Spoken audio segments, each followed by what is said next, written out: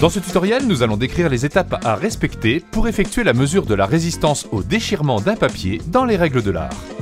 Le déchiromètre permet de mesurer la résistance au déchirement amorcé. Il s'agit de la force moyenne exercée pour poursuivre le déchirement amorcé par une entaille initiale dans une éprouvette, généralement constituée de 4 feuilles de papier. Cette valeur est exprimée en millinewtons. Il est d'usage de calculer un indice de déchirement. Cette propriété est un élément caractérisant la qualité du papier. Une résistance au déchirement est notamment recherchée pour des papiers impression-écriture et papier carton d'emballage.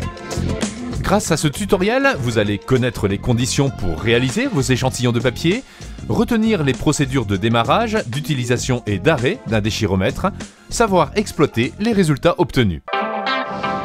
Récupérez vos feuilles de papier préalablement conditionnées selon la norme en vigueur. Ces papiers ont été conservés pendant plusieurs heures sous une atmosphère contrôlée en température et humidité. Utilisez un emporte-pièces pour découper vos échantillons aux dimensions 65 mm et 72,5 mm. Pour pouvoir exploiter votre campagne de mesure, réalisez au minimum 10 éprouvettes de même dimension, et ce, pour chaque sens de papier, sens marche et sens travers. Le déchiromètre doit être allumé au moins 15 minutes avant de réaliser les essais. Sélectionnez le bon coefficient sur la machine en fonction du contrepoids placé sur celle-ci.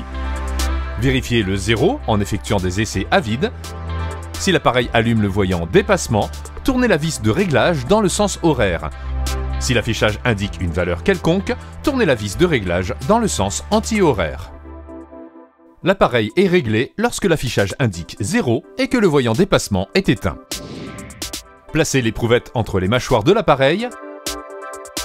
Appuyez sur la touche nombre de feuilles correspondant à votre éprouvette, 4 dans notre cas. Abaissez le levier permettant de faire l'entaille. Appuyez sur la touche Essai. Le résultat d'une feuille est lu en centinewtons. Relevez cette valeur en la multipliant par 10.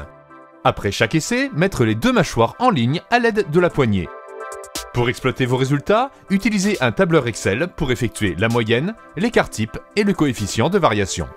Vous avez désormais la valeur de la résistance au déchirement de votre papier et vous pouvez compléter en calculant l'indice de déchirement.